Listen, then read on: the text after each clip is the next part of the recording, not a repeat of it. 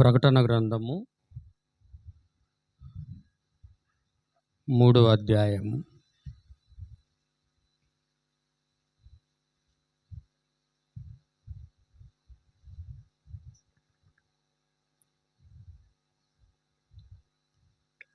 14, 15, 16 వచనాలు దేవుని యొక్క వాక్యాన్ని మనందరం కూడా భయభక్తులతో చదువుకుందాం. ప్రకటన గ్రంథము 3వ అధ్యాయము 14 నుంచి 16 వరకు. లవోదికీయలో ఉన్న సంఘపు దూతకు ఇలాగు రాయము: ఆమేనను వాడును, నమ్మకమైన సత్యసాక్షియు, దేవుని సృష్టికి ఆదియున్నవాడు చెప్పు సంగతులేవనగా, నీ క్రియలను నేను ఎరుగుదును. నీవు చల్లగానైనను వెచ్చగానైనను లేవు. నీవు చల్లగానైనను వెచ్చగానైనను ఉండిన ఎడల మేలు. నీవు వెచ్చగానైనను చల్లగానైనా ఉండక నులివెచ్చగా ఉన్నావు గనుక నేను నా నోట నుండి ఉమ్మివేయ ఉద్దేశించుచున్నాను.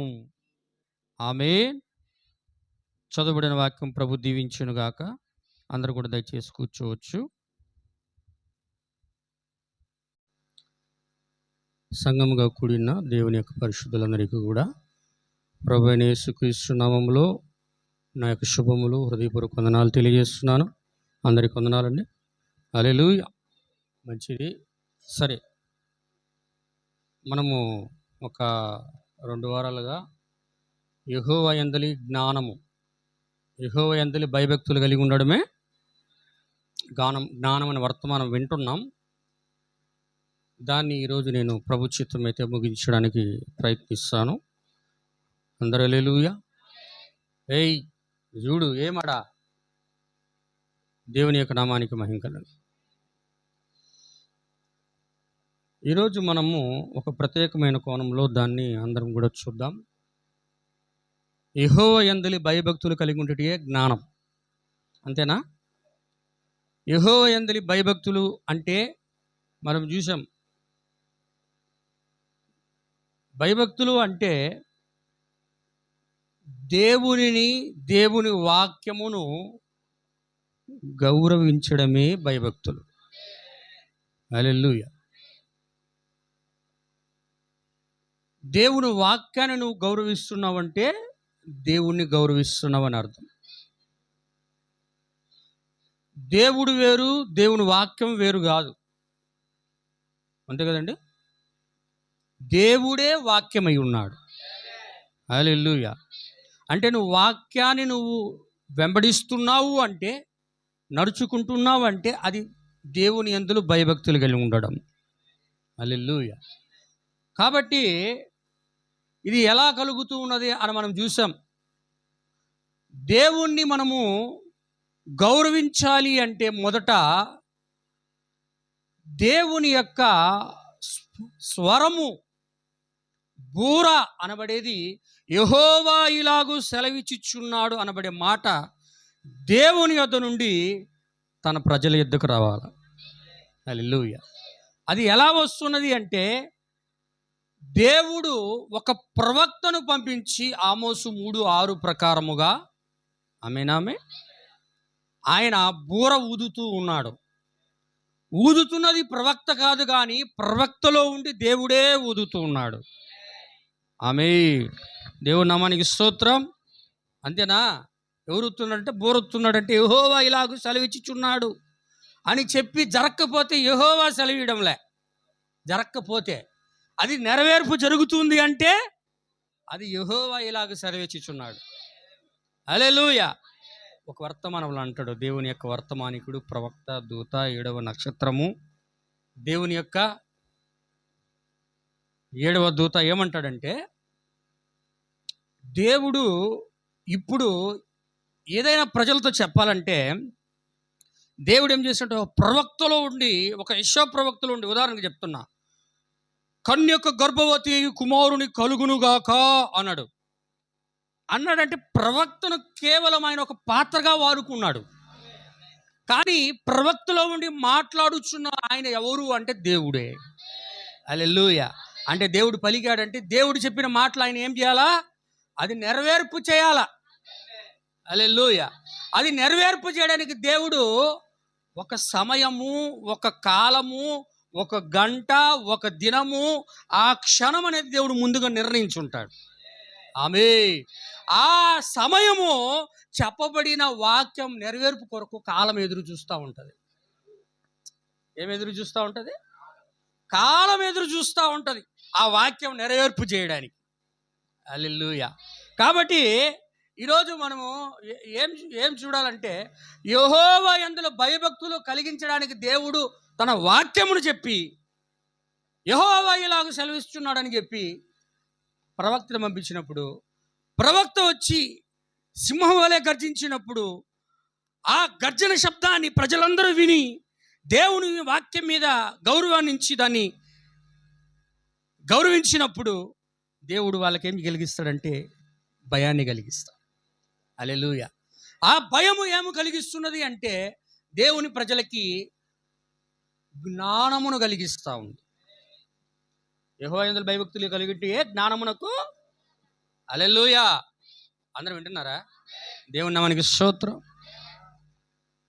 ఆ జ్ఞానము ఏమి ఉత్పత్తి చేస్తూ ఉన్నదంటే జీవ వృక్షాన్ని ఉత్పత్తి చేస్తుంది. ఆ జీవ వృక్షం ఏమిటి అంటే అది ప్రభు అయిన యేసుక్రీస్తు. ఆ ప్రభు అయిన యేసుక్రీస్తు ఏమై ఉన్నాడంటే నిత్య జీవమైనాడు. ఆయనే దేవుని యొక్క రాజ్యమైనాడు. అందుకు అర్థమైందా? ఇప్పుడు మనం ఏం చూద్దామంటే యెహోవా యందు భయభక్తులు రకాలున్నాయి. ఏంటి? యెహోవా యందు భయభక్తుల్లో చెప్పండి. హల్లెలూయా. అందరూ ఆమేనేనా? యెహోవా యందు భయభక్తుల్లో రకాలు ఉన్నాయి.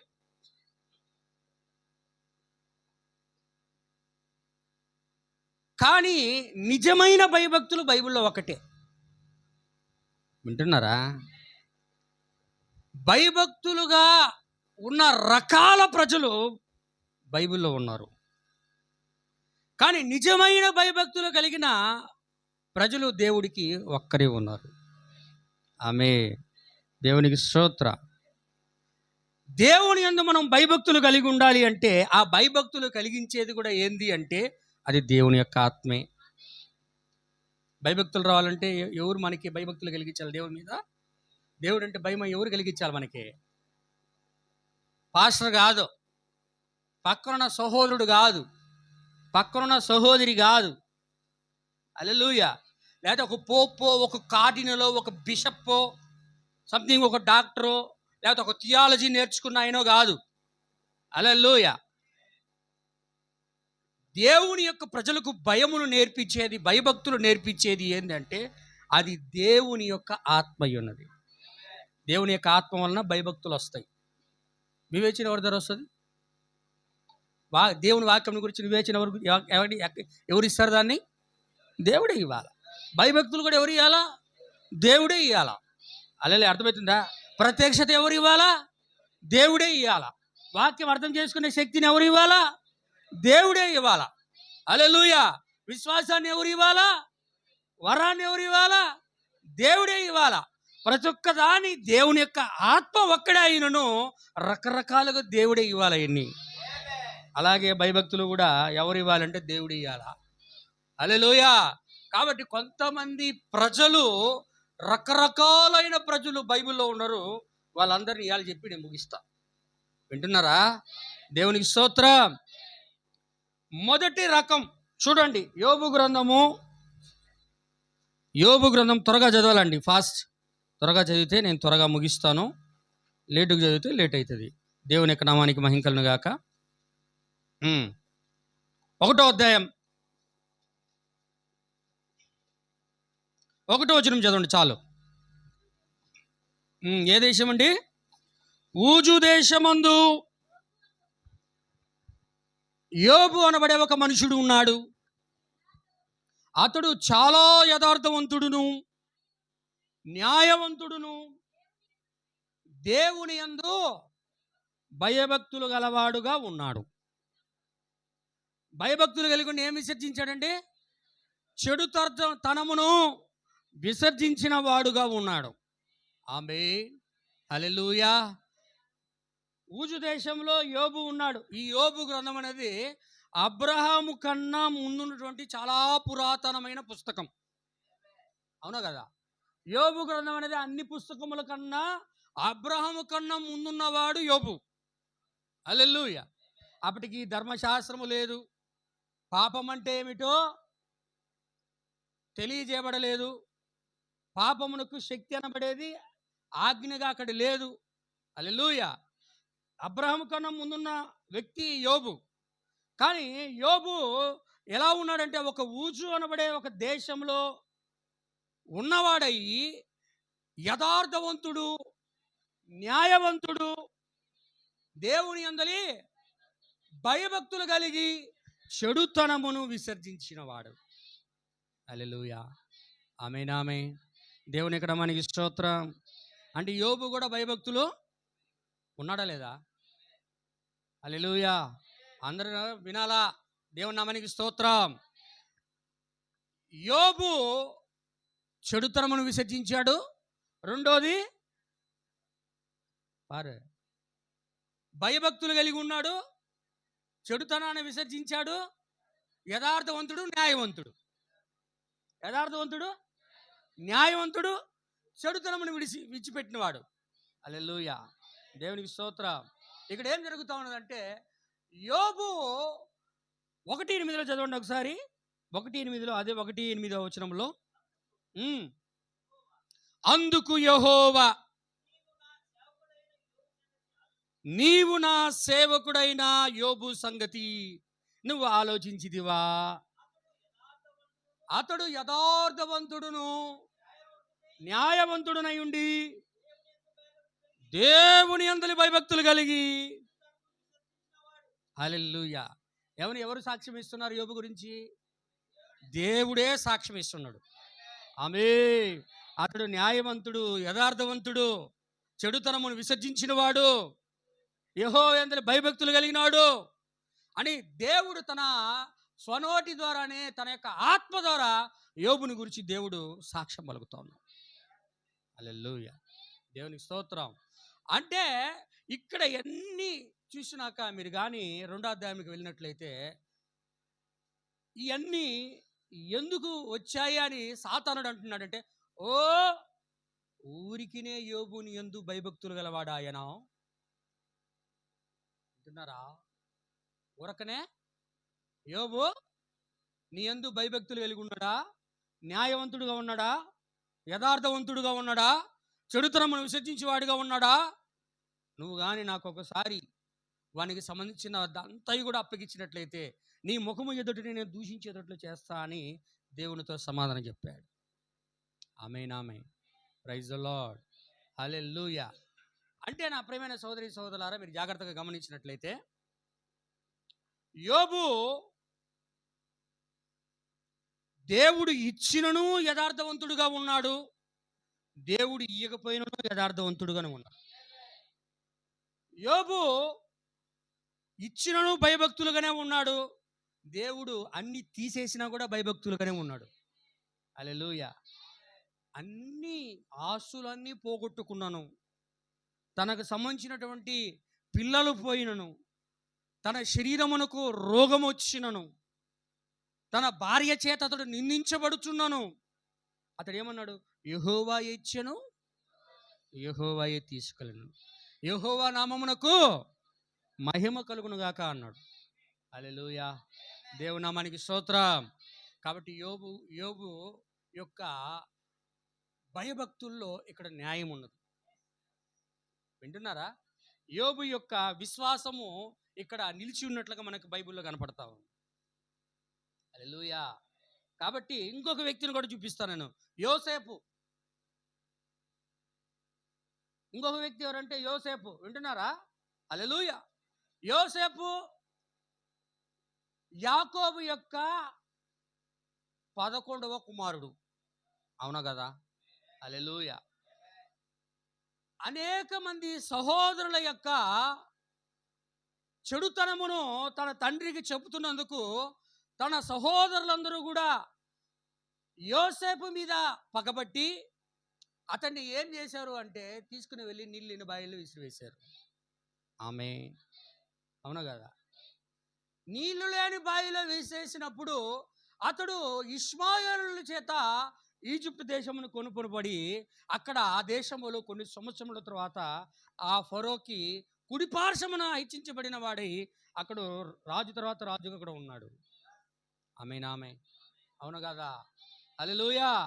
రాజుగా ఉన్న ఒక దినమున కరువు సమయం వచ్చినప్పుడు తన సహోదరులందరూ దేవుడు చూపించిన దర్శనమును బట్టి వారందరూ కూడా ఆయనకి సాష్టాంగ నమస్కారం చేసినప్పుడు తన సహోదరులను గుర్తించి ఆయన అక్కడ ఏం చేశాడంటే 3 దినములు వాళ్ళని చెరసాలలో వేయించి.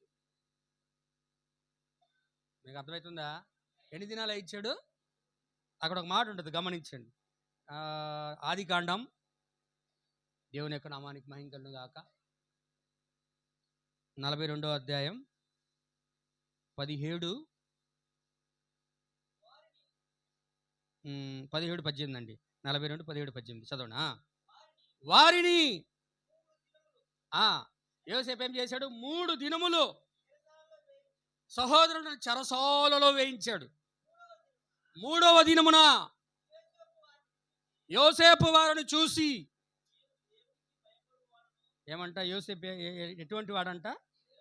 నేను దేవునికి భయపడువాడును, మీరు బ్రతుకున్నట్లు నేను చెప్పింది మీరు చేయండి. దేవుని నామానికి స్తోత్రం. హల్లెలూయా. మీరు జాగ్రత్త గమనించినట్లయితే అప్పటికి ధర్మశాస్త్రం అనేది ధర్మశాస్త్రం లే, అవును కదా? మోషే ప్రవక్త రాలేదు, ఇంకా ఇజ్రాయెల్ ప్రజలు ఈజిప్ట్ దేశమునికి వెళ్ళలేదు, ఇంకా 430 సంవత్సరములు అక్కడ బానిసలుగా దాసులుగా వారు ఇంకా ఉంచబడలేదు, వారికి లా అనబడే చట్టము ధర్మశాస్త్రం వాళ్ళకి ఇంకా ఇవ్వబడలేదు. హల్లెలూయా. ఇంకా పాపం అంటేనే వాళ్ళకి ఏందో తెలియదు. హల్లెలూయా.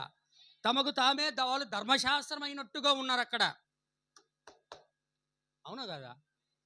రోమీయులకు రాసిన పత్రికలో ఉన్నాడు, ధర్మశాస్త్రము లేని వారు తమకు తామే ధర్మశాస్త్రం అయినట్టుగా ఉన్నారు అని పౌలు గారు రోమీయులకు రాసిన పత్రికలో అంటాడు.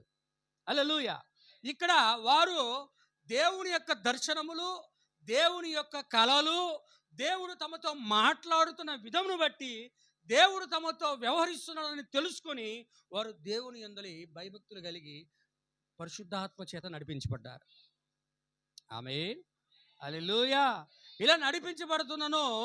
ఇక్కడ యోసేపు తన సహోదరులు అతన్ని కొట్టి వాళ్ళని ఆ సహోదరుడైన యోసేపుని ఇసిరి గుంతలో వేసినప్పుడు యోసేపు ఏం చేయాలంటే పగబట్టాలి. ధర్మశాస్త్ర ప్రకారం అయితే కంటికి కన్ను లేకపోయినా కూడా కోపం వస్తుందో లేదా చెప్పండి? ఏం చేయాలా? కంటికి కన్ను తీసేయాలా? కంటికి కన్ను, పంటికి పన్ను తీసేయాలా? గుంతలు వేసినందుకు వీళ్ళందరూ కూడా ఏం చేయాలా?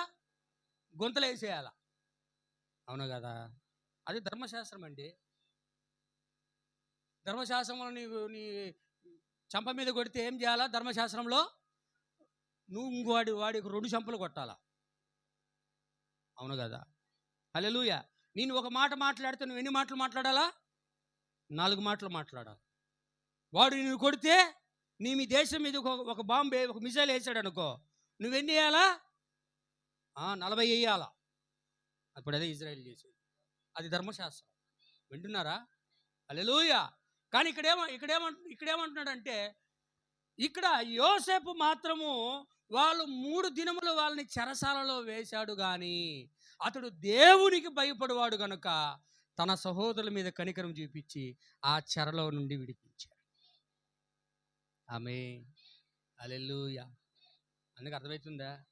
ఇట్లాగా చెప్పుకుంటూ పోతే పాత నిబంధన గ్రంథంలో చాలా మంది భయభక్తులు గలవారు ఉన్నారు.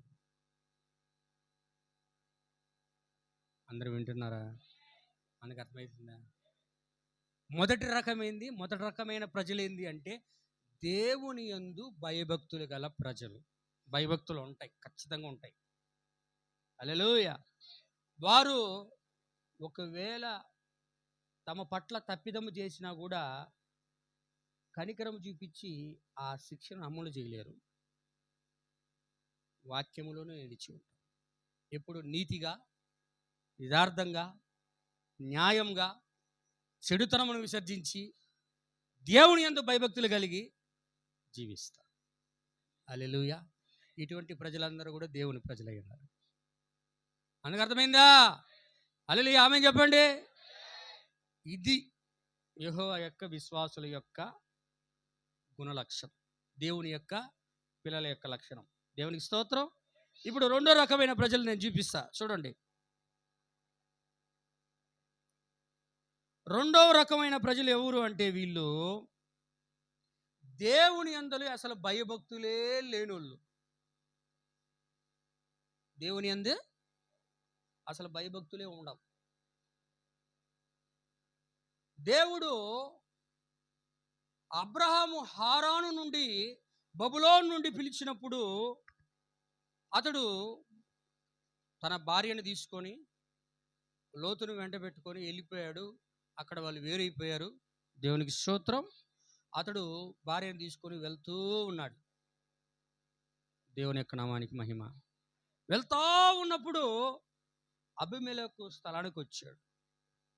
గెరారు ప్రాంతానికి వచ్చాడా? గెరారు ప్రాంతానికి వచ్చాడు. ప్రాంతానికి వచ్చినప్పుడు అబ్రహాము తన భార్య అయిన శారాయిని చూసి ఏమని అంటున్నాడంటే, ఈమె నా చెల్లి అని చెప్పమని ఆ యొక్క భార్యతో తానే చెప్పిస్తున్నాడు. అవునా కాదా? హల్లెలూయా, దేవునికి స్తోత్రం. ఇలా చెప్పమని చెప్పినప్పుడు ఆమె ఎవరు అడిగినా కూడా ఈయన మా అన్న. అబ్రహాం ఎవరు? మా అన్న, నేను ఆయన చెల్లెలు. ఈయన మా అన్న, ఈయన మా చెల్లెలు.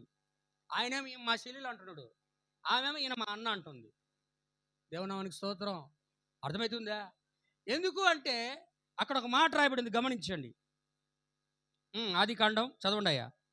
ఆదికాండం 20వ అధ్యాయం 10 నుంచి 13 దాకా చదవండి దయచేసి. అబీమెలెకు, నీవు ఏమి చూచి ఈ కార్యము చేస్తూ అని అబ్రహామును అడగగా, ఈ స్థలం అందు ఏం లేదంట, దేవుని భయమే లేని ప్రజలు ఉన్నారంట. హల్లెలూయా. దేవుని భయమే లేని ప్రజలు అబ్రాము శారాయి వెళ్ళిన ప్రదేశంలో ఉన్నారు. ఆమేన్. అందుకని ఏమంటున్నాడు చదవండి అయ్యా. దేవుని భయమే లేదు గనుక నా భార్య నిమిత్తము నన్ను చంపుదురు అనుకొని చేసి తిని, అంతేకాక చాలు బ్రదర్. హల్లెలూయా, దేవుని యొక్క నామానికి మహిమ కలుగును గాక. అబ్రాహామును చంపుతారేమో అనే ఉద్దేశముతో తన భార్య ఉన్న ఆమెని అబ్రహాం ఏమని చెప్పమంటున్నాడంటే చెల్లెలుగా చెప్పమంటున్నాడు. ఎందుకంటే అబ్రాహాము శారాయి వెళ్ళిన ప్రదేశంలో దేవుని యొక్క భయము ఏమాత్రము లేని ప్రజలు వాళ్ళ చుట్టూ నివాసం ఉంటున్నారు. ఆమె వారి మధ్యలోకి అబ్రాహాము శారాయిలు ఇద్దరు వెళ్ళారు. దేవుని భయములోని చోట ఏముంటుందంటే పాపం ఉంటుంది. దేవుని భయము లేని చోట ఏముంటుందంటే మనుషుల్ని చంపడం ఉంటుంది. దేవుని భయం లేని చోట ఏముంటుందంటే వ్యభిచారం ఉంటుంది. వింటున్నారా? హల్లెలూయా. సొదొమ గొమొర్రా ఎలా ఉన్నది చెప్పండి. సొదొమ గొమొర్రా ఎలా ఉన్నది? సొదొమ గొమొర్రా పట్టణాలు ఎలా ఉన్నాయి? చిన్న పిల్లలు మొదలుకొని ముసలివారి వరకు ప్రతి ఒక్కరు కూడా వ్యభిచారపు ఆత్మలతో నిండిపోయి. దేవుడు అంటున్నాడు ఆదికాండంలో, నోవాహు దినములలో ఎలాగ ఉండెనో మనుష్య కుమారుని దినములలో కూడా అలాగనే ఉండన్నాడు సువార్తల్లో. కానీ ఆదికాండంలో చిన్న పిల్లలు మొదలుకొని వాళ్ళ యొక్క హృదయము చిన్ననాటి నుండే చెడ్డది అంటున్నాడు. నోవాహు కాలంలో బాల్యం నుండే చెడ్డది అంటున్నాడు. అవును కాదు? దేవునికి స్తోత్రం. ఒకప్పుడు 6th క్లాసు 7th క్లాసు పిల్లల్లో ఉన్నారనుకో, సైకిల్ దొక్కాలనుకో, చిన్న సైకిల్ లేవు, సైకిల్ లేవు పిల్లలకి, సైకిల్ లేవు. 90sలో 80sలో పిల్లలకి సైకిల్ లేవు, 20sలో కూడా లేవు అనుకో. హల్లెలూయా. ఏం చేశారో, పెద్ద సైకిల్ తీసుకొని ఎటపోయాలంటే పెద్ద సైకిల్ కాలు సందులో పెట్టి, అవునా కాదా? నేను చెప్పేది, నేను అట్ట దొక్కానయ్యా, నేను సిగ్గుపడి. హల్లెలూయా. అది 6th 7thలో. కానీ ఇప్పుడు 6వ తరగతి వాడు ఏం దొక్కుతున్నాడు? సైకిల్ దొక్కడంలా బైక్ వేసుకొని తలకాయ టిప్ప కటింగ్ వేసుకొని కళ్ళద్దలు పోతున్నాడు. ఆమేనామే. అప్పుడున్న గౌరవము, విధేయత, తల్లిదండ్రులు అంటే భయము, దేవుడు అంటే భయము ఈ రోజుల్లో ప్రజలకు లేవు. అవును కాదు? ఆ రోజు ఉన్న పిల్లలకి ఈ రోజు ఉన్న పిల్లలకి చాలా తేడా ఉంది. హల్లెలూయా. ఆ రోజున్న ప్రజలకి, ఆ రోజున్న పిల్లలకి తండ్రి అంటే భయము, తల్లి అంటే భయము, దేవుడు అంటే వాళ్ళకి తల్లిదండ్రులు చూపించిందే. వాళ్ళకి తెలియదు కదా, తల్లిదండ్రులు నడిపించిన విధానంలో నడుచుకుంటారు, అంతే కదండి. తల్లిదండ్రులు ఏది చెప్తే పిల్లలు అది చేయాలా, వాళ్ళు ఏది చూపిస్తే దాన్ని వాళ్ళు ఆరాధన చేయాలి. అలాగే వాళ్ళకి తెలిసిన దాన్నే వాళ్ళు భయభక్తులుగా ఉన్నారు. ఆమేన్. ఈరోజు తల్లిదండ్రులు పిల్లలకు చెప్తే పిల్లలు ఎలా ఉన్నారంటే, నీకేం తెలియదు ఏముడు, నీకో ఏం తెలీదు అంటే, డాడీ మమ్మీకి ఏం తెలియదు. రోజు పిల్లలకే తెలుసు అన్నీ. ఆ రోజు బాగున్నారు పిల్లలు, ఈరోజు కళ్ళద్దాల పిల్లలు అయిపోయినారు అందరూ. కళ్ళు కనపడంలో ఆ 7వ తరగతికే సోడబుడ్డి కళ్ళద్దాలు వేసుకుంటున్నారు. దేవునికి స్తోత్రం. నేను చెప్పేది అంతవరకు వాస్తవం, మీరు ఆలోచించండి. సమాజంలో అలాగనే ఉంది ఈరోజంతా. హల్లెలూయా. కాబట్టి ఆ స్థలములో దేవుని యొక్క భయము అనేది ఒక లేకపోతే పాపం ఉంటుంది, వ్యభిచారం ఉంటుంది, అక్కడ ప్రతి నీచమైన కార్యం ఉంటుంది, చంపడము, నరహత్య కూడా ఉంటుంది. కాబట్టి అబ్రహాము అక్కడున్న ప్రజలందరినీ చూసి భయపడి, ఎక్కడ ఈ యొక్క శరీరము రూపాంతరపరచబడిన స్త్రీని చూసి, ఈమెను చూసి నన్ను ఎక్కడ చంపుతారో అని అబ్రహాము భయపడి, నువ్వు నాకు చెల్లి అని చెప్పమన్నాడు ఆయన. అందుకే ఎవరు వచ్చినా కూడా అబ్రహాం అన్నాడు, ఏం మా సిస్టరు, ఏం మా సిస్టరు, ఏం మా సిస్టర్ అంటున్నాడు. ఆమె ఏ మా అన్న, ఈయన మా అన్న అంటుంది. హల్లెలూయా. దేవుని నామానికి మహిమ కలుగును గాక. కాబట్టి అటువంటి ప్రజలు ఆ రోజు ఉన్నారు అంటే ఏమంటే, అబ్రహాము కాలంలో ఆ భయభక్తులు లేని ప్రజలు ఉన్నారంటే ఈరోజు కూడా అటువంటి ప్రజలు ఉంటారు. ఆ రోజు శరీరం రూపాంతరపరచబడిన ప్రజలు ఉన్నారంటే ఈరోజు కూడా శరీరం రూపాంతరపరిచే ప్రజలు కూడా ఉంటారు. అవునా కాదా? ఉందా లేదా? ఆడ భయభక్తులు కలిగిన వాళ్ళు లేరు, ఈరోజు భయభక్తులు కలిగిన వాళ్ళు లేరు. ఆ రోజు శరీరాలు రూపాంతరపరచబడ్డాయి, ఈరోజు కూడా శరీరాలు రూపాంతరపరచబడుతూ ఉన్నాయి. హల్లెలూయా. రూపాంతరపరచబడంలో ప్రాసెస్లో బాప్తీసం మొదటి మెట్టు, నీతీకరణ, శుద్ధీకరణ రెండవ మెట్టు, పరిశుద్ధాత్మ బాప్తీసం మూడవ మెట్టు, వాక్యముగా మార్చబడ్డ మరొక మెట్టు, ఎత్తబడటం ఇంకొక మెట్టు. అదంతా ఒక ప్రాసెస్. హల్లెలూయా. ఒక చెట్టులో ఏమంటే, ఒక చెట్టులో ఫలాలు రావాలంటే మొదట విత్తనం వేయాలి, అది కొంచెం ఎదగాలి, కొంచెం ఎదినాక ఆకులు రావాలి, ఇంకొంచెం వచ్చినాక దానికి కొమ్మలు రావాలి, ఇంకొంచెం వచ్చిన తర్వాత దానికి చెట్టు పైన పువ్వులు రావాలి, పువ్వుల తర్వాత అయ్యి ఏమవ్వాలి?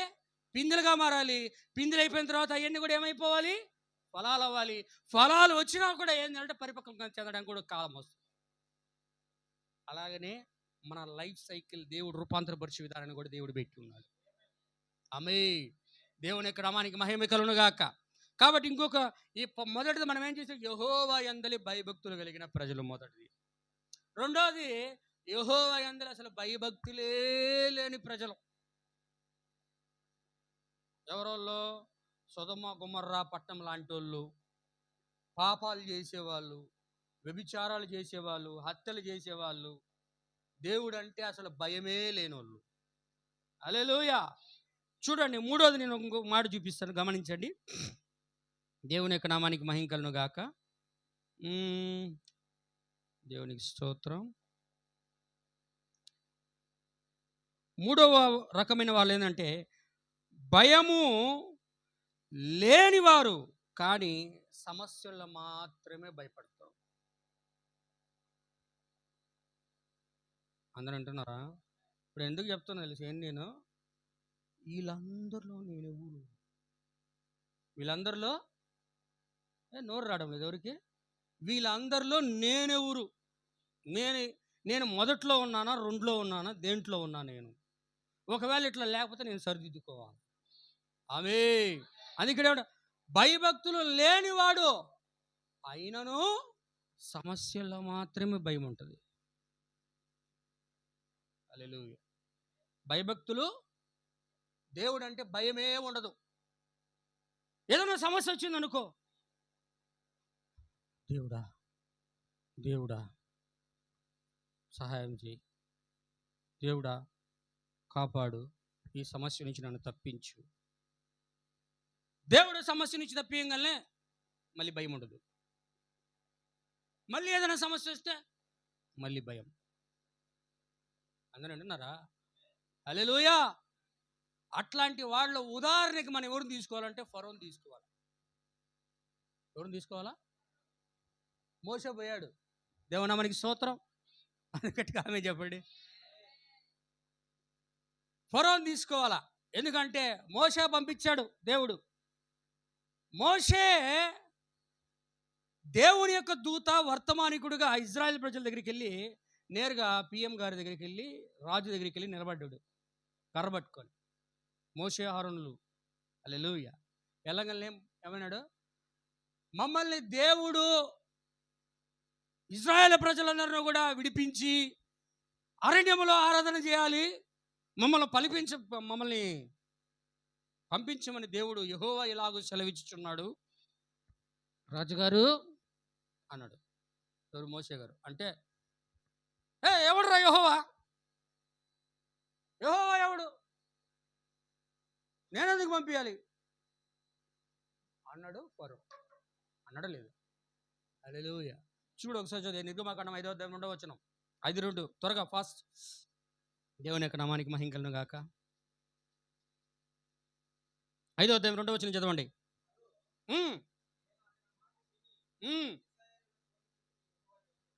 నేను ఇజ్రాయేల్ ప్రజలను పంపించుటకు ఆయన మాట వినడానికి ఆయన ఎవరు? నేను యెహోవా నాకు తెలీదు. ఎవరో నాకు ఆయన తెలీదు. ఇజ్రాయేలు నేను పోనీను. ఆమేన్. హల్లెలూయా. ఇజ్రాయేల్ ప్రజలు నేనేం చేయాలనుకుంటున్నా? నేను పోనీను. అసలు యెహోవా ఎవరో నాకు తెలియదు. నేనెందుకు పంపించాలా? ఆయన పంపించమంటే? హల్లెలూయా. కాబట్టి నేను పంపిను. యెహోవా ఎవరో నాకు తెలియదు. అసలు మీ దేవుడు ఎవరో నాకు తెలియదు. నాకు అసలు సంబంధంలే. నేను పంపిను పో అన్నాడు. దేవునికి స్తోత్రం. అనగానే మోషే వచ్చి ఏం చేశాడంటే ప్రార్థన చేసి, మోషే వచ్చి ఆ కర్ర పట్టుకొని ఏం చేశాడు? ప్రార్థన చేసి ఏం చేశాడంట? నైలు నది యొక్క నీళ్ళ యొద్దకి వెళ్ళి కర్ర పెట్టాడు. హల్లెలూయా. ఏమండి? కర్ర నైలు నదిలో పెట్టగానే నీరంతా కూడా ఏమైపోయింది? రక్తముగా మారిపోయాను. హల్లెలూయా. ఈజిప్ట్ దేశంలో కుండల్లో ఉన్న నీళ్లు రక్తమే, నదుల్లో ఉన్న నీళ్లు రక్తమే, చెరువుల్లో ఉన్న నీళ్లు రక్తమే, ఫరో ఇంట్లో నీళ్లు రక్తమే, అన్ని చోట్ల ఉన్న నీళ్ళంతా కూడా రక్తమే. మొత్తం మీద ఈజిప్ట్ దేశం అంతా కూడా రక్తముతో నిండి ఉంది. హల్లెలూయా. ఆమేన్ ఆమేన్. దేవుని నామానికి మహిమ కలుగును గాక. అడగంగానే ఫరోకి ఏమొచ్చింది? ఇప్పుడు నీళ్ళు లేకపోయేసరికి భయం వచ్చి ఎవడు అన్నాడు ఇప్పుడు మోషే నీళ్ళు మామూలుగా చేసే రక్తాన్ని నీళ్లుగా మార్చు. భయపడుతున్నాడు. హల్లెలూయా. నీళ్ళు రక్తముగా చేసిన ఆయన మళ్ళా రక్తాన్ని ఏం చేస్తున్నాడు? ఆయన నీళ్లుగా మార్చాడు. ఆమేన్ ఆమేన్. ఎప్పుడైతే నీళ్లుగా మార్చాడో ఉన్న భయం అయిపోయింది. సమస్య తీరిపోగానే పోయా. చూడు కీర్తన పుస్తకంలో అంటున్నాడు, దేవుని యొక్క ప్రవక్త రాజు మాట్లాడుతూ 105వ కీర్తన, దేవుని గాక. చదవండి 105వ కీర్తన 26వ వచనం నుండి చదవండి అయ్యా. 38 దాకా చిన్నగా నిదానంగా చదవండి, మీకు అర్థమవుతుంది. 508వ పేజీ. ఆయన తన సేవకుడైన మోషేను ఏర్పరచుకున్న అహరోనును మోషేను ఇద్దరిని కూడా ఈజిప్ట్ దేశానికి పంపించాడు. ఐగుప్తీయుల మధ్య ఏం చేశారంట వాళ్ళు? ఆయన సూచక్రియలను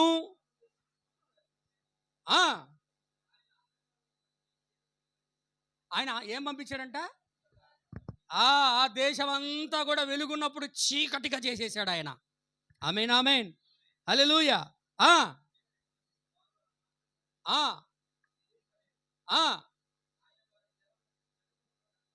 వారి జలములను అంటే నీటిని రక్తముగా మార్చాడు.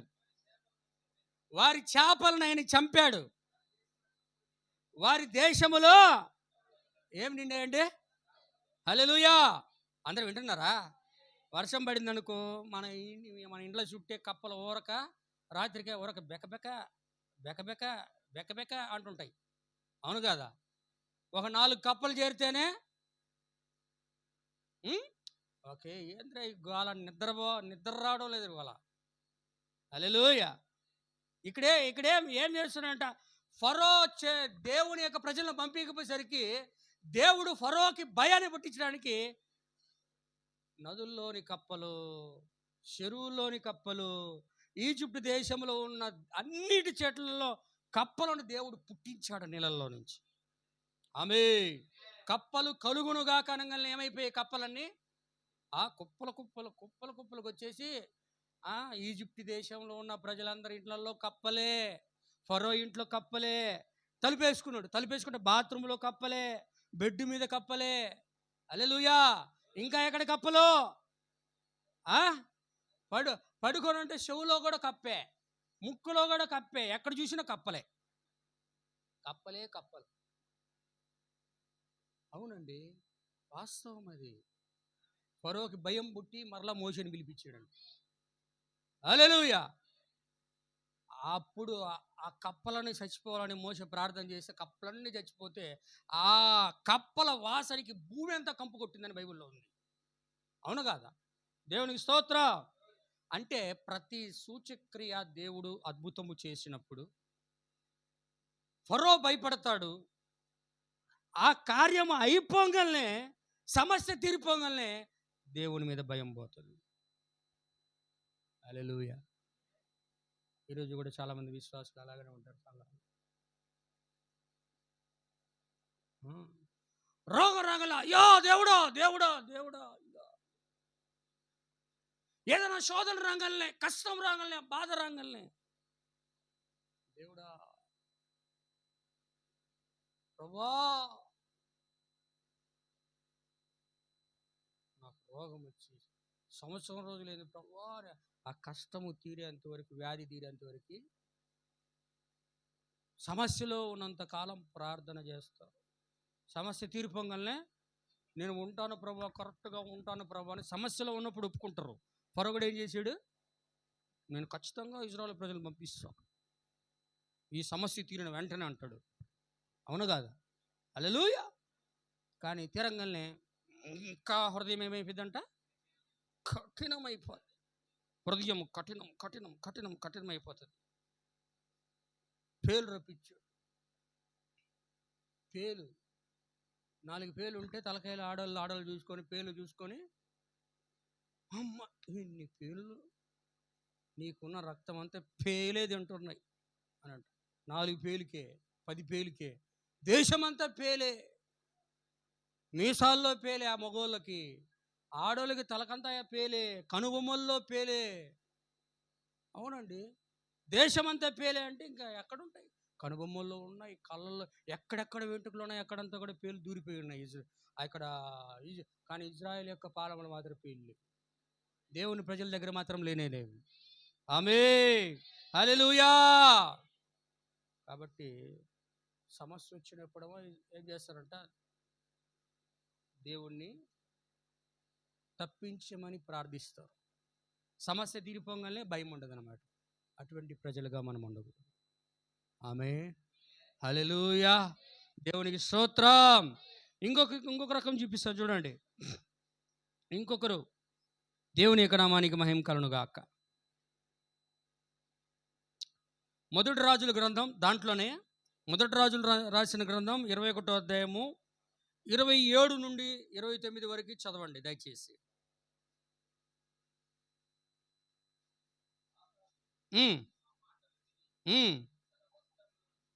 ఆహాబు ఆ మాటలు విని తన వస్త్రములు చింపుకొని గోనె పట్ట కట్టుకొని ఉపవాసం ఉండి ఏడుస్తున్నాడంట. హల్లెలూయా, ఇలాగు సెలవిచ్చాను. వింటున్నారా? హల్లెలూయా. అహాబు ఇజ్రాయేలు రాజు, యెజెబెలు అహాబు రాజు గారి యొక్క భార్య. హల్లెలూయా. ఇద్దరు కలిసి ఏం చేశారు? ఇజ్రాయేల్ దేశాన్ని ఇద్దరు కలిసి ఇజ్రాయేల్ దేశాన్ని విగ్రహారాధన దేశముగా మార్చేశారు. అప్పుడు దేవుని యొక్క శిక్ష ఏలియా ప్రవక్త ద్వారా యెజెబెలుకు అహాబుకు వచ్చింది. ఆమేన్, హల్లెలూయా. అప్పుడు దేవుడు ఏం చేశాడంటే, శిక్ష దేవుడి విధంగా ఇవ్వబోతున్నాడు నీకని ఏలియా ప్రవక్త ద్వారా అహాబుకు హెచ్చరిక చేసినప్పుడు అహాబు ఏం చేస్తున్నాడంట? భయభక్తులు గలవాడై తన బట్టలు చింపుకొని ఉపవాసం ఉండి గోనె పట్టు కట్టుకొని, అయ్యో నువ్వు చేస్తానన్న శిక్ష చెయ్యకుండా ఆపయ్యా అని ప్రార్థన చేసి, దేవుడి నోటి నుంచి ఒక మాట వచ్చిన తర్వాత దాన్ని ఆగుతుందా? నినివే దగ్గర మరి ఆగిపోయింది. చెప్పండి, నినివే దగ్గర ఆగిపోయిందా లేదా? మరి అహాబు దగ్గర ఎందుకు ఆగలేదు? వింటున్నారా? ఈయన భయభక్తులు గల వాళ్ళలాగానే ఉన్నాడు. హల్లెలూయా. కానీ ఆ శిక్షను దేవుడు ఆయన కాలంలో జరగకుండా అతని కుమారుల కాలంలో నెరవేర్పు జరిగేటట్లు దేవుడు చేశాడు. ఆమేన్, హల్లెలూయా. కానీ అహాబుకి మాత్రం భయభక్తి లేదు. అహాబుకి భయభక్తి లేదు. ఆయన విశ్వాసి కాదన్నాడు. ఆయన విశ్వాసి కాదు అహాబు, నులువెచ్చని విశ్వాసి. దేవునికి స్తోత్రం, హల్లెలూయా. దేవుని యొక్క నామానికి మహిమ కలుగును గాక. అందరు గట్టిగా ఆమేన్ చెప్పండి. హల్లెలూయా. కాబట్టి అహాబు ఎంత భయభక్తులుగా ఉండి ప్రార్థన చేసినను, ఏడ్చినను, గోనెపట్టు ధరించుకున్నను, ఉపవాసం ఉన్నను, వ్యాకుల పడినను, దేవుడు చేస్తానన్న తీర్పుని మాత్రం జరగకుండా ఆపలేదు. ఖచ్చితంగా దాన్ని నెరవేర్పు చేశాడు. భయభక్తులు ఇక్కడ ఏమంటాడు? భయభక్తులు ఉన్నట్లుగా చూపిస్తున్నాడు, కానీ ఆయనకి భయం లేదు దేవుడు అంటే. భయం లేదు దేవుడు అంటే. హల్లెలూయా. కానీ సమస్య వచ్చినప్పుడు మాత్రమే అహాబు ఇక్కడ వేడుకుంటున్నాడు. కానీ చేయాల్సిన పనులన్నీ కూడా ఇజ్రాయెల్ దేశంలో చేసేసాడు. అందుకే ఆయనకి శిక్షగా దేవుడు ఏం చేశాడు? అహాబు యొక్క రక్తమును కుక్కలు నాకున్నట్లుగా యెజెబెలు యొక్క శరీరమును కుక్కలు తినునట్లుగా దేవుడు ఏలియా ప్రవక్త ద్వారా చెప్పబడిన ప్రవచనాన్ని నెరవేర్చాడు. హల్లెలూయా. దేవుని నామానికి మహిమ. ఇప్పుడు ఇంకొక రకాన్ని చూపిస్తాను చూడండి. ఇప్పుడు దాకా మనం ఏం చూసాం? యెహోవా యందు భయభక్తులు గల ప్రజలు మొదటిది. రెండోది భయభక్తులే లేని ప్రజలు. ఏమండి? హల్లెలూయా. మూడోది చెప్పండి,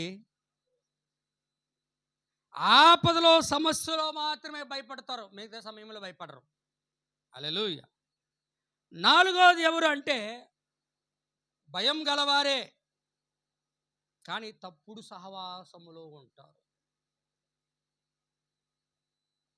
యెహోవా యందలి భయభక్తుల్లోనే భయం ఉంటుంది.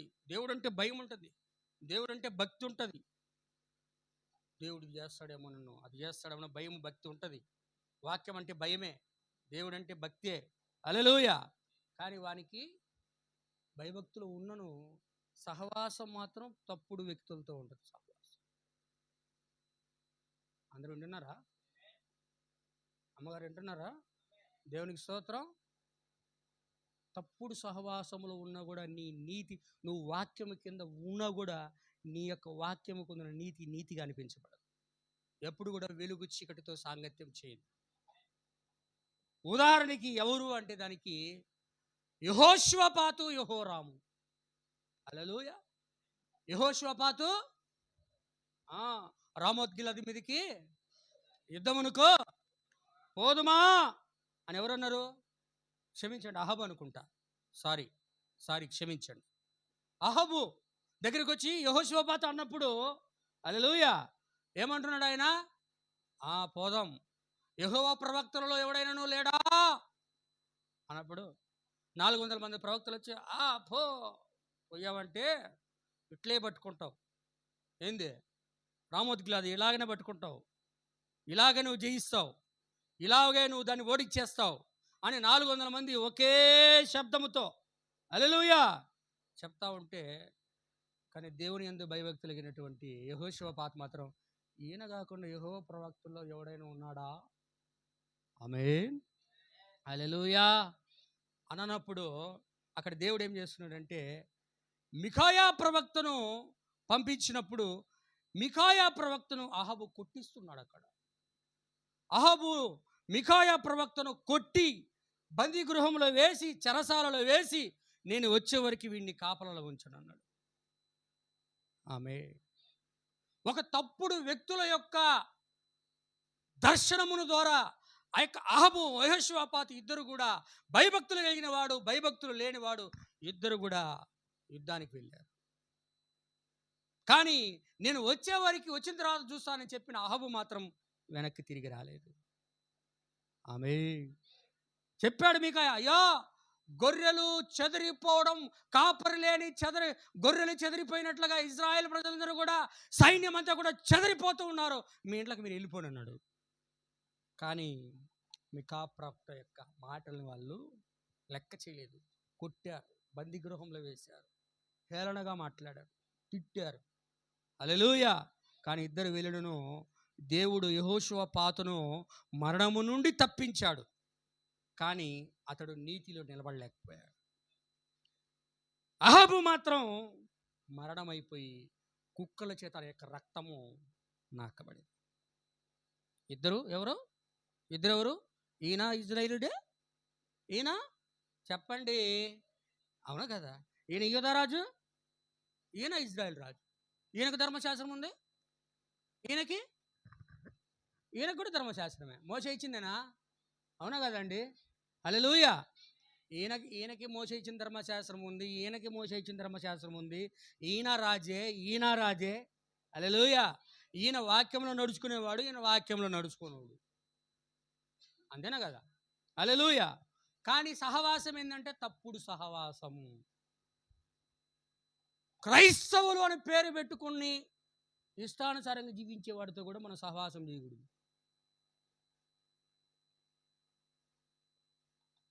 ఏ సంఘానికి సంబంధించిన ఈ విశ్వాసి, అంత్యకాల వర్తమాన విశ్వాసితోనే సహవాసం చేయాలి. నేను ఆయనతో తిరుగుతా, ఈయనతో అంతా ఒకటే ఘాట్, ఒకటే అవుతుంది. వెలుగు చీకటి ఒకటి అవుతుందా? హల్లెలూయా. వెలుగు చీకటి ఎలా ఒకటవుతుంది? అంతా ఒకటైతే మరి అక్కడ వేరే విషయం కనపడి దేవుడు ఆయన ఎందుకు శిక్షిస్తున్నాడు? ఆయన ఎందుకు మరణం నుంచి తప్పించాడు? వెలుగుకు చీకటికి ఏమి పొత్తు? బెలియాలకి క్రీస్తుకి ఏమి సంబంధము? దేవుని మందిరమునకు విగ్రహమునకు ఏమి పోలిక? హల్లెలూయా అని దేవుడు అన్నాడంటే మనం అర్థం చేసుకోవాలి. చిన్నపిల్లల విగ్రహముల జోలికి పోకుడి, విగ్రహములు కనపడితే అక్కడి నుండి పారిపోండి అన్నాడు. సంస్థలు, సంఘ శాఖలు ఏం విగ్రహారాధన చేస్తాయి చేయవా? కానీ అంత్యకాల విశ్వాసి విగ్రహారాధన చెయ్యడు. చెయ్యడు. బబులోనులో ఉన్న ఆ రోజు ప్రజలందరూ కూడా విగ్రహారాధన చేశారు. షడ్రక్ మేషక్ అబేద్నెగోలు తమ సొంత ప్రవక్త అయినా కూడా వాళ్ళు విగ్రహారాధన చేయలేదు. హల్లెలూయా, ఆమేన్, దేవునికి స్తోత్రం. అన్య దేవతల్ని ఆరాధించరాదు, వారి పేరైన నోట్లో రాకూడదు అన్నాడు ఆయన.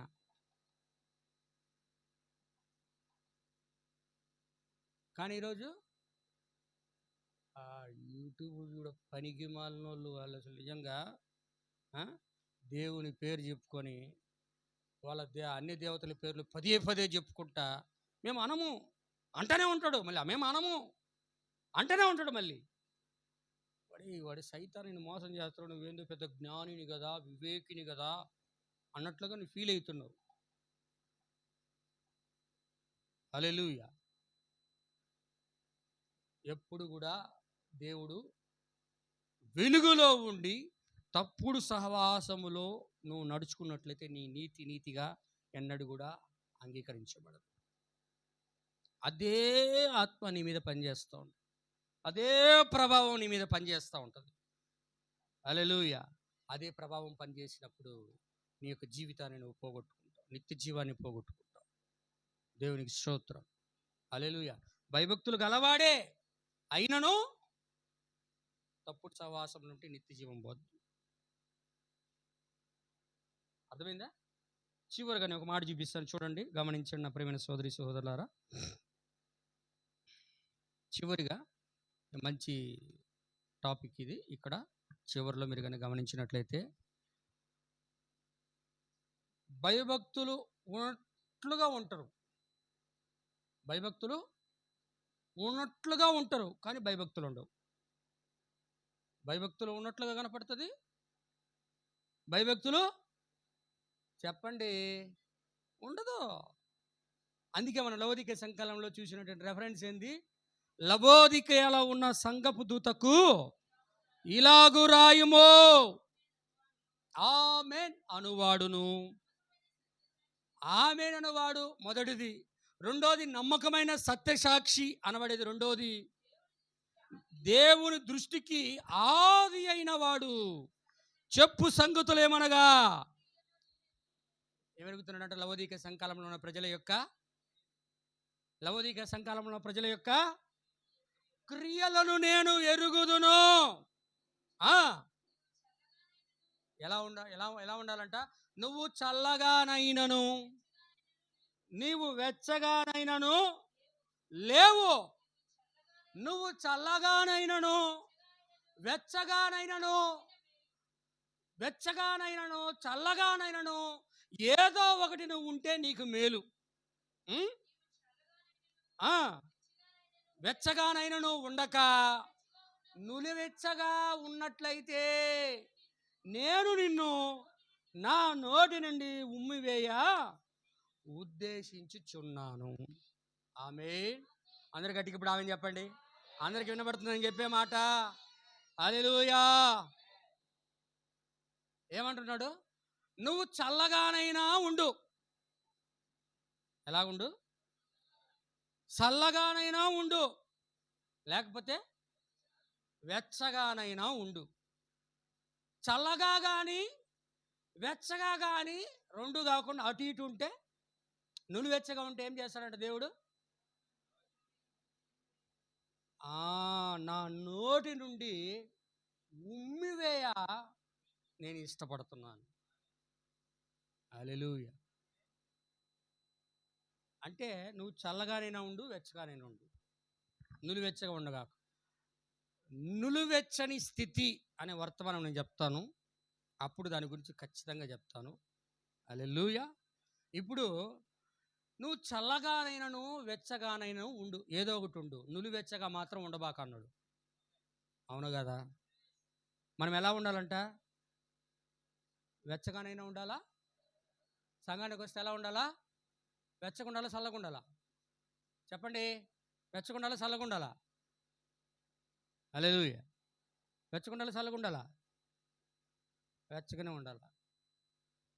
వెచ్చదనాన్ని పుట్టించేది ఏంది? దేవుని వాక్యం. నా యొక్క మాట అగ్ని వంటిది కాదా? దేవుని యొక్క పరిశుద్ధాత్మ సహవాసంలో ఉన్నప్పుడు గొర్రెలన్నిటికీ గొర్రెలకు నేను మంచి కాపరని అని వర్తమానం అంటాడు. గొర్రెలకు నేను మంచి అని వర్తమానం అంటాడు. గొర్రెలన్నీ కూడా బయట వాతావరణము చల్లగా ఉందనుకో, గొర్రెలన్నీ కూడా ఏం చేస్తాయంట, ఒకదాని పక్కన ఒకటికి వచ్చి ఆనుకొని సహవాసాన్ని కలిగించుకొని హల్లెలూయా ఏం చేస్తాయి, వెచ్చదనాన్ని పుట్టించుకుంటాయి. హల్లెలూయా. ఇప్పుడు మనం అందరం కూడా కష్టంలో ఉన్నామనుకో, బాధలో ఉన్నామనుకో, శ్రమలో ఉన్నామనుకో, శోధనలో ఉన్నామనుకో, ఇరుకుల్లో ఉన్నామనుకో, ఇబ్బందుల్లో ఉన్నామనుకో, ఒకవేళ తప్పిపోతున్న స్థితిలో ఉన్నామనుకో, హల్లెలూయా ఏం చేయాలా, అందరూ కలిసి ఒక చోట కూర్చొని దేవుని యొక్క పరిశుద్ధాత్మ యొక్క సహవాసములో ప్రార్థించినప్పుడు దేవుని యొక్క వాక్యం మనకు వెచ్చదనాన్ని కలిగిస్తుంది. ఆమేన్. హల్లెలూయా. అందుకే ఒక ఎగ్జాంపుల్ నేను చూపించి ముగిస్తాను. వెచ్చగానైనా ఉండకూడదు, చల్లగానైనా ఉండకూడదు. అసలు వెచ్చగా ఉండడం ఏంది, చల్లగా ఉండడం ఏంది? దేవునికి స్తోత్రం. రాజుల కాలంలో ఏమండి, రాజుల కాలంలో ఇజ్రాయిల్ రాజు ఒక ఆయన ఉన్నాడు. ఆయన పేరు ఏంటంటే హోషేయ.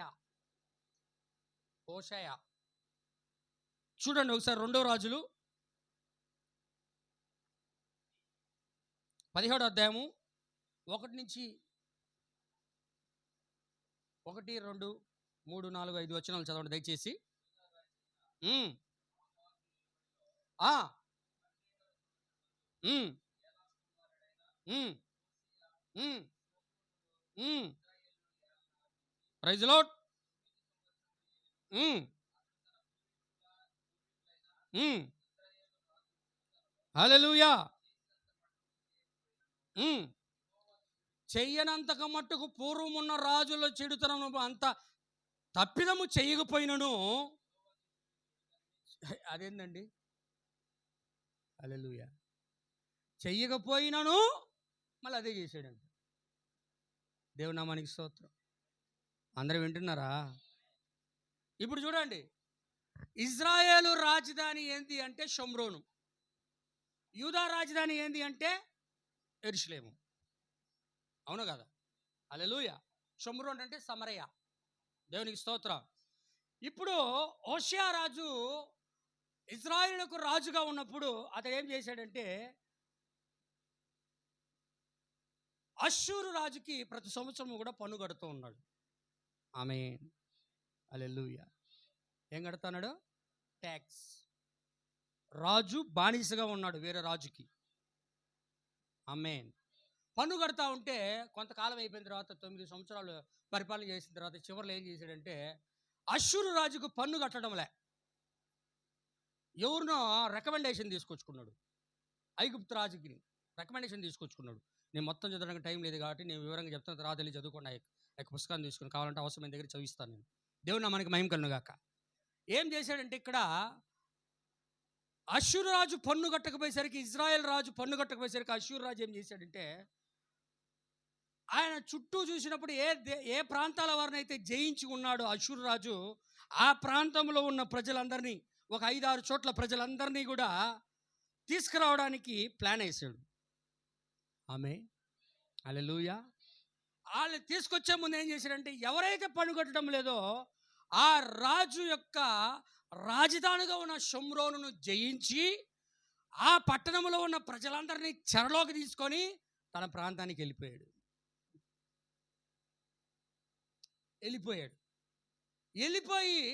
అక్కడక్కడక్కడ ప్రాంతంలో ఉన్న ప్రజలందరినీ జయించిన వాళ్ళందరినీ కూడా తీసుకొని షోమ్రోను పట్టణములో ఆ అన్య దేశాలకు సంబంధించిన ప్రజలందరినీ కూడా ఇజ్రాయెల్ దేశం షోమ్రోను పట్టణం రాజధానిలో ఉంచి అక్కడ మీరు జీవించండి రా అన్నాడు. మీకు అర్థమవుతుందా? అంటే మనది పుత్తూరు, ఉదాహరణకు చెప్తా, మన ఇల్లు మన ఇండ్లు పక్కన ఉన్నాయి. మనము అమెరికా వాడికి ట్యాక్స్ కడుతున్నాం. అమెరికా వాడు ఏం చేశాడు? మనం ట్యాక్స్ కట్టడం లేని మన రాజుని ఏం చేశాడు? జయించి హల్లెలూయా మనలందరినీ ఉదాహరణగా మళ్ళీ అందరిని తీసుకొని అమెరికా దేశంలోకి వెళ్ళిపోయాడు. హల్లెలూయా. ఇప్పుడు మనం ఖాళీ అయిపోయింది మన ప్రదేశం అంతా. మన ప్లేస్ అంతా కూడా ఖాళీ అయిపోయేసరికి ఖాళీగా ఉన్న స్థలాన్ని అష్షూరు రాజు ఏం చేశాడంటే అమెరికా దేశం నుంచి ఉన్నట్టు, అంటే ఆయన పక్కన ఎవరైతే ఆయనకి బానిసలుగా ఉన్న దేశాలు ఉన్నాయో ఆ దేశాల్లో, ఉదాహరణకి యూరప్లో కొంతమందిని, ఇంగ్లాండ్లో కొంతమందిని, జర్మనీలో కొంతమందిని, ఇలాగ ఏదైతే పన్ను కడుతున్నా వాళ్ళ దేశంలో ఉన్న ప్రజలందరినీ తీసుకొచ్చి ఎక్కడ పెట్టాడు? ఇండియాలో మన ప్రదేశంలో పెట్టాడు. వింటున్నారా? హల్లెలూయా. మన చట్టం ఏంటంటే ధర్మశాస్త్రం. మనం ఎవరిని ఆరాధన చేస్తాం? దేవుని ఆరాధన చేస్తున్నాం. మన చట్టం ఏంటంటే ధర్మశాస్త్రం. ఇక్కడ మనం ఆరాధన చేసేది. ఉదాహరణకి నేను చెప్పేది హల్లెలూయా. అంటే ఇజ్రాయెల్ ప్రజల చట్టం ఏంటంటే ధర్మశాస్త్రం. వీళ్ళు వెళ్ళిపోయారు చెరలోకి, వాళ్ళందరినీ తీసుకొచ్చి షోమ్రోన్లో కాపురం ఉంచాడు. ఆమేన్, హల్లెలూయా. అప్పుడేం జరుగుతూ ఉందంటే ధర్మశాస్త్ర ప్రకారము ఆయా ప్రాంతముల్లో నుంచి వచ్చినటువంటి ప్రజలు, అన్యజనులు ఇజ్రాయెల్ దేశంలో దేవుని యొక్క వాక్య ప్రకారం జీవించకపోయేసరికి హల్లెలూయా, దేవుడు ఏం పంపించాడంటే సింహాలను పంపించాడంట. చదువు ఒకసారి, చదవండి అయ్యా. 2వ రాజుల గ్రంథము, త్వరగా చదవండి బ్రదర్, ఫాస్ట్గా. 17:24 నుంచి చదవండి.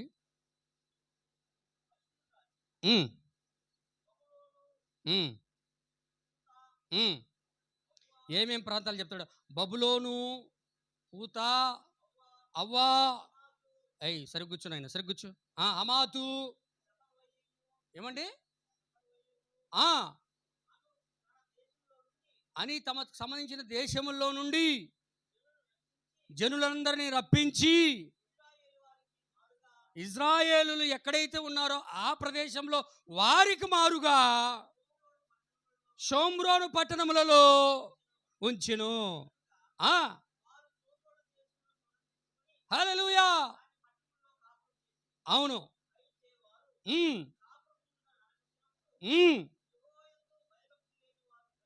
వారికి బయట నుంచి వచ్చినారు కాబట్టి వాళ్ళకి యెహోవా యందలి భయభక్తులు లేని వారు కనుక యెహోవా ఏం పంపించాడు? పంపిస్తాడు ఆయన? చెప్పండి. పాములు పంపిస్తాడా? పాములు పంపిస్తాడా? పంపిడా? చెప్పండి సార్. హల్లెలూయా. సర్పాలను పంపించాడు ఇజ్రాయెల్ ప్రజలకు చెప్పిన వాటి వినకపోతే?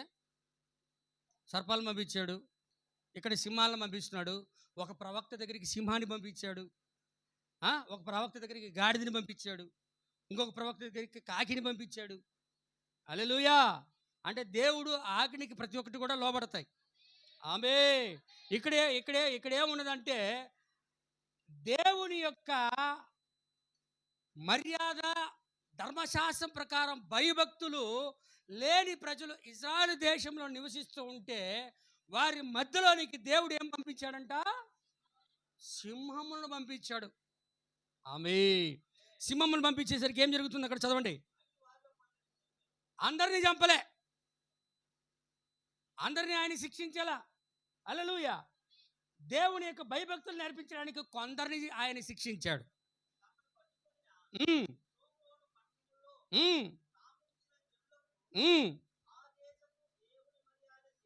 ఆ దేశము యొక్క మర్యాద తెలియకున్నది. ఆయన వారికి సింహములను పంపించెను.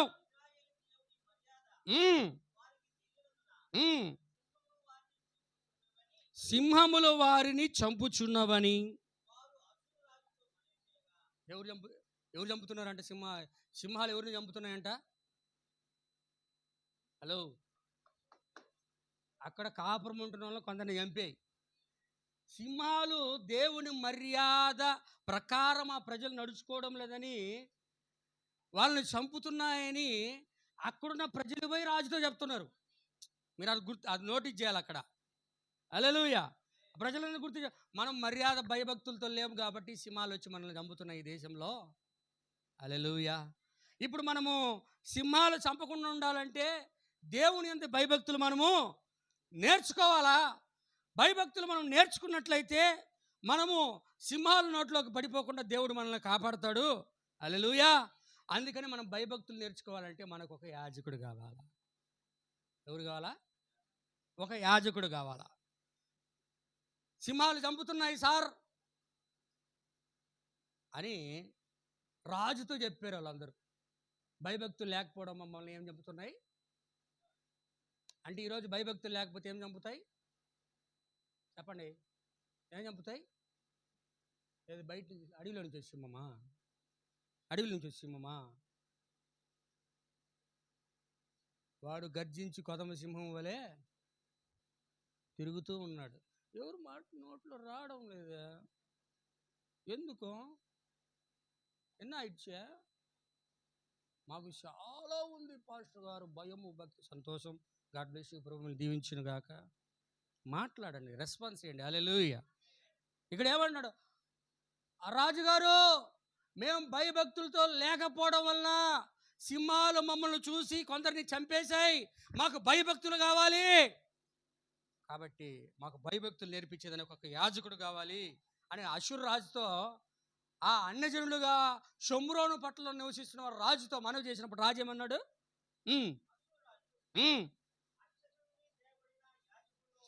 ఎక్కడ చెరలో నుండి వెళ్ళిపోయాడు ఒకడు, కొందరు వెళ్ళిపోయారు కదా, చెరలోకి వెళ్ళిపోయారు ప్రజలు. వాళ్ళల్లో ఒక యాజకుడిని తీసుకొని ఎక్కడికి? ఇశ్రాయేలు దేశంలో షోమ్రోనులోనికి మీరు తోడుకొని పోవుడి, కాపురం ఉండి ఆ దేశపు దేవుని మర్యాద వారికి నేర్పవలని ఆజ్ఞాపించాడు.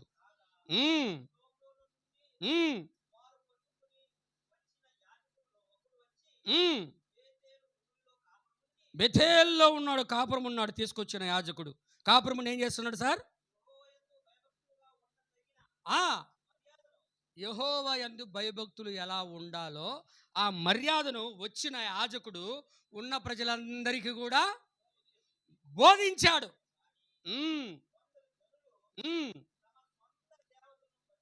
హల్లెలూయా. పెట్టుకొని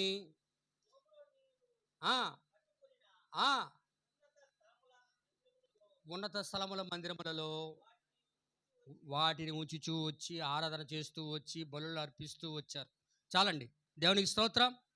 అందరూ వింటున్నారా? అందరుగా చివరి మాటలు వినాలా జాగ్రత్తగా. హల్లెలూయా. అందరూ కూడా గమనించండి. దేవుని మర్యాదని అంటే దేవుని యందు భయభక్తులు ఎలా ఉండాలో ఆ దేశములోనికి చెరలో నుండి వచ్చినటువంటి ఆ యాజకుడు బోధ చేశాడు. ఏమని చేస్తున్నాడు? ఇదిగో, యెహోవా యందు భయభక్తులు ఈ ఆజ్ఞల ప్రకారం ఉండాలా, ఈ ధర్మశాస్త్రం ప్రకారం ఉండాలా, ఇలా చెయ్యాలా, ఇలా చేయకపోతే సింహం వచ్చింది. ఏమొచ్చింది? నేను చెప్పేది నిజమే. ఏమొచ్చింది? సింహం వచ్చింది. పిల్లోడు అన్నం తినకపోతే ఏం చెప్తాడు? భూషోడు వస్తాడు, తినరా అంటే వస్తాడా? తింటాడు. మళ్ళీ కాసేపు ఎగురుతున్నాడు అనుకో, మళ్ళీ భూషోడు వస్తాడు అంటే మళ్ళీ వాడేం నోరు తెరవగానే మళ్ళీ పెడతాం. అలాగనే చేస్తారా? కానీ ఇక్కడేం చేస్తున్నాడు దేవుడు? యాజకుడి ద్వారా ఏం బోధ చేపిస్తున్నాడు? ఏ భయభక్తులు నేర్పిస్తున్నాడు అంటే, ధర్మశాస్త్రం ఇది, వాక్యం ఇది, ఇలాగ చేయాలా, ఇలాగ చేయాలా. ఇలాగాని మీరు ఈ దేశంలో నడుచుకోకపోతే, భయభక్తులతో ఉండకపోతే, దేవుని మర్యాదతో మీరు ఉండకపోతే, హల్లెలూయా, సింహం వచ్చింది, మిమ్మల్ని చంపిద్ది. సింహం వచ్చిద్ది, సింహం నిజంగానే వచ్చిద్ది. ఈరోజు కూడా యాజకుడు ఏం చేయాలా? సింహం వచ్చిద్ది. దేవుని యందు భయభక్తులు కలిగి ఉండండి. భయభక్తులు కలిగి ఉండలేదా సింహం వచ్చిద్ది. ఏది? వాడు పక్కనే ఉన్నాడు, నీ కనపడ్డాడు. హల్లెలూయా. సింహం వచ్చిద్ది.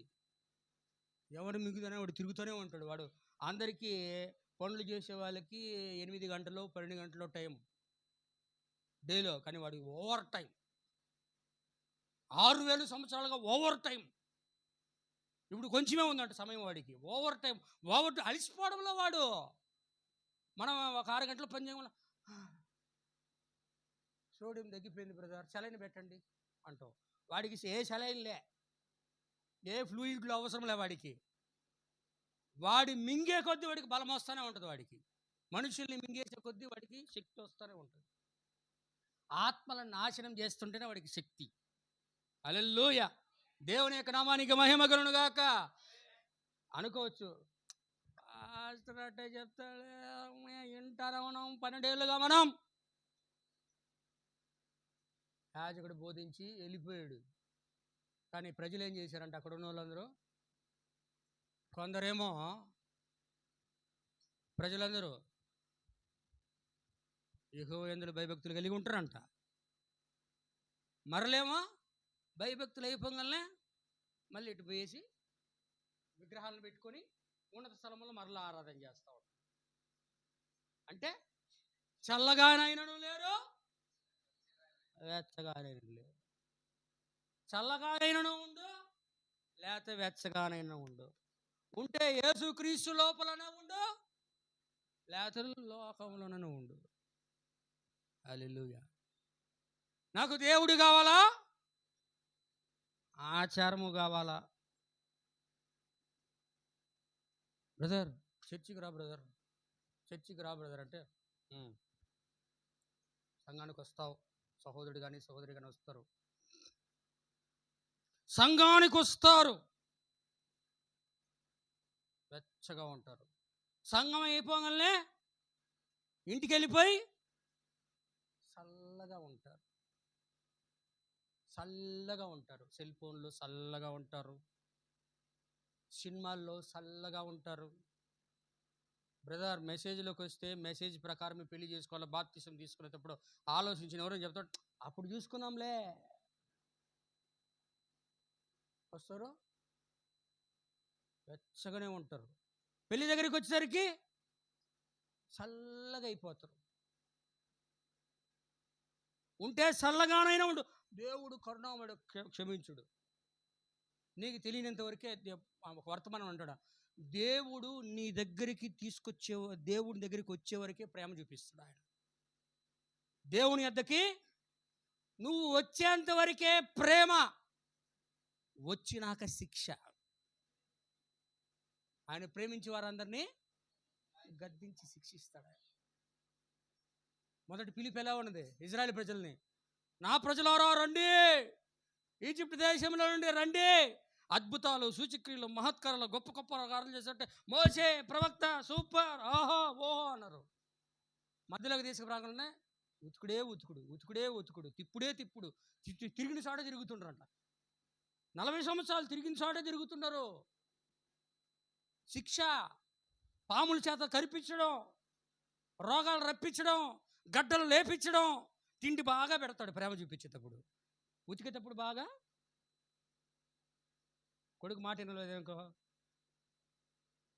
కూతురు మాట వినలేదనుకో, అవును అన్నా తీసుకొచ్చి కూర్చోబెట్టుకో, చెప్పినా కూడా లేదనుకో, ఉతకాల. టీచర్ కూడా రే ప్రేమతో చెప్తాడు. హల్లెలూయా. చెప్పినాక వాడు అదే చేస్తున్నాడు అనుకో, కర్రతో ఉతకాల. హల్లెలూయా. ఇవన్నీ కూడా దేవుడి దగ్గర లోకం నేర్చుకుందండి. ఇది వాళ్ళేమి దేవుడికి నేర్పే, దేవుని దగ్గర నుంచే, బైబిల్ నుంచే వాళ్ళందరూ నేర్చుకున్నారు. హల్లెలూయా. అవన్నీ కూడా చట్టాలు, దేవుడు లోకంలో బైబిల్ ద్వారా వచ్చిన చట్టాలు అవన్నీ. కాబట్టి దేవుని యందు భయభక్తులు నేర్పించడానికి దేవుడు సింహాలను పంపించాడు, ఒక బోధకుని పంపించాడు. వాళ్ళు నేర్చుకున్నారు కానీ చల్లగా ఉంటున్నారు, వెచ్చగా ఉంటున్నారు. హల్లెలూయా. అలా ఉండడం వలన ఏమాత్రం ప్రయోజనం లేదు. ఉంటే చల్లగానైనను ఉండు, లేకపోతే వెచ్చగానైనను ఉండు.